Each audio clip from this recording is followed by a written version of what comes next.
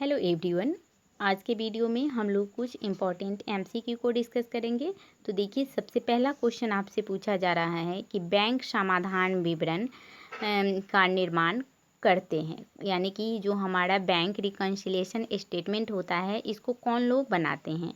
Option A है कि इसे लेनदार बनाते हैं, या फिर ऑप्शन बी में कहा जा रहा है कि इसे बैंक बनाता है, या फिर बैंक के जो खातेदार होते हैं वह बनाते हैं, या फिर ऑप्शन डी है कि इसे डेटर बनाते हैं। तो देखिए, जो हमारा बैंक रिकन्सिलिएशन स्टेटमेंट होता है, यानी कि जो बैंक समाधान विवरण होता है, वह बैंक के जो खातेदार होते हैं वह बनाते हैं। ठीक है, तो इस तरह से इसका आंसर हो जाएगा ऑप्शन नंबर सी। अब नेक्स्ट क्वेश्चन देखिए, इसमें पूछा जा रहा है कि बैंक समाधान विवरण के निर्माण में किस शेष का प्रयोग किया जाता है। अब यहाँ क्वेश्चन में पूछा जा रहा है कि जब हम लोग बैंक रिकन्सिलिएशन स्टेटमेंट को बनाते हैं तो हम लोग इसमें कौन से बैलेंस का प्रयोग करते हैं। ऑप्शन ए है कि पासबुक के बैलेंस का प्रयोग करते हैं, या फिर कैशबुक के बैलेंस का प्रयोग करते हैं, या फिर जो हमारा पासबुक और जो कैशबुक होता है इन दोनों शेषों का प्रयोग करते हैं, या फिर इनमें से कोई नहीं।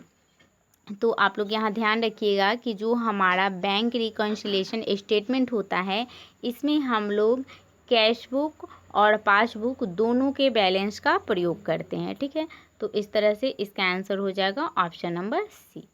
उसके बाद नेक्स्ट क्वेश्चन है कि पासबुक की अनुकृति है, यानी कि पासबुक जो होता है वह हमें किस चीज़ की जानकारी देता है। ऑप्शन ए है कि ग्राहक के खाते की अनुकृति देता है पासबुक, या फिर ऑप्शन बी है कि रोकड़ बही के बैंक स्तंभ को यह बताता है, या फिर ऑप्शन सी है कि जो रोकड़ बही के जो कैश होता है उसकी स्तंभ की जानकारी देता है, या फिर ऑप्शन डी है कि जो हमारा पासबुक होता है यह हमें बताता है कि प्राप्ति कितना है और भुगतान कितना है। तो देखिए, जो हमारा पासबुक होता है यह ग्राहक का, यानी कि किसी भी कस्टमर के खाते की अनुकृति देता है। ठीक है, यानी कि किसी भी ग्राहक के खाते के बारे में यह बताता है पासबुक। ठीक है, तो इस तरह से इसका आंसर हो जाएगा ऑप्शन नंबर ए। उसके बाद नेक्स्ट क्वेश्चन देखिए, इस क्वेश्चन में पूछा जा रहा है कि प्रतिकूल बैंक शेष। ठीक है, इसमें पूछा जा रहा है कि जो प्रतिकूल बैंक शेष होता है इसका क्या मतलब है।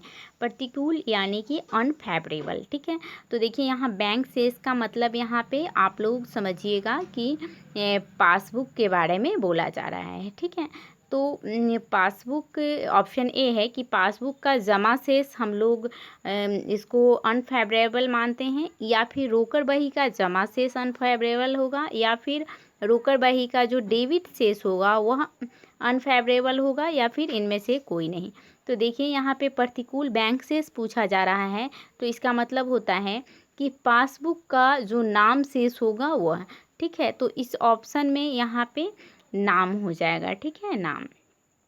एक मिनट, ऑप्शन में यहाँ मिसप्रिंट हो गया है, आप लोग इसको कर लीजिए।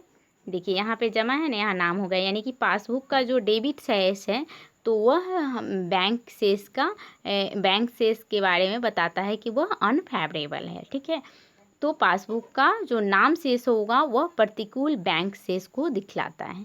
उसके बाद नेक्स्ट क्वेश्चन है, अब देखिए इस क्वेश्चन में पूछा जा रहा है कि अनुकूल बैंक शेष का क्या मतलब है। अब इसमें पूछा जा रहा है कि अनुकूल बैंक शेष का क्या मतलब होता है।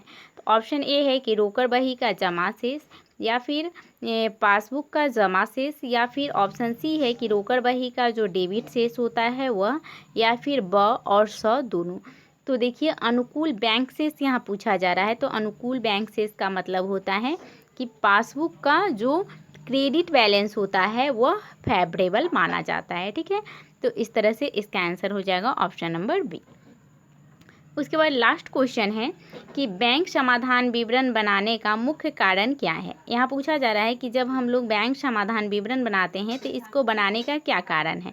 ऑप्शन ए है कि रोकड़ बही के नकद शेष का समाधान करना, या फिर ऑप्शन बी है कि रोकड़ बही और पासबुक द्वारा दर्शाए गए शेष के मध्य अंतर का समाधान करना, या फिर अब दोनों, या फिर इनमें से कोई नहीं।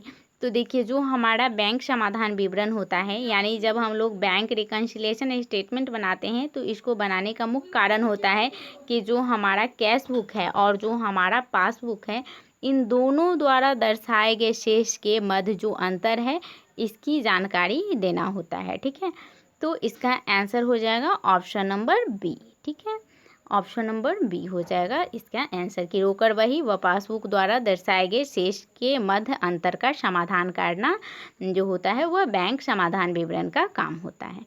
ठीक है, आई होप कि आपको आज का क्लास में इतना सारा एमसीक्यू समझ में आया होगा और यहाँ से आप लोग का बहुत सारा कॉन्सेप्ट भी क्लियर हो गया होगा। तो अब हम नेक्स्ट वीडियो में मिलेंगे इसके नेक्स्ट वाले चैप्टर के कुछ एमसीक्यू को लेकर, और इस चैप्टर का भी अगर कुछ बचा होगा तो हम देख लेंगे कि कुछ एमसीक्यू और भी आप लोगों के लिए ला सके। ठीक है, तो आज की वीडियो में इतना ही रहने देते हैं। अब हम नेक्स्ट वीडियो में मिलेंगे, तब तक के लिए थैंक यू वेरी मच।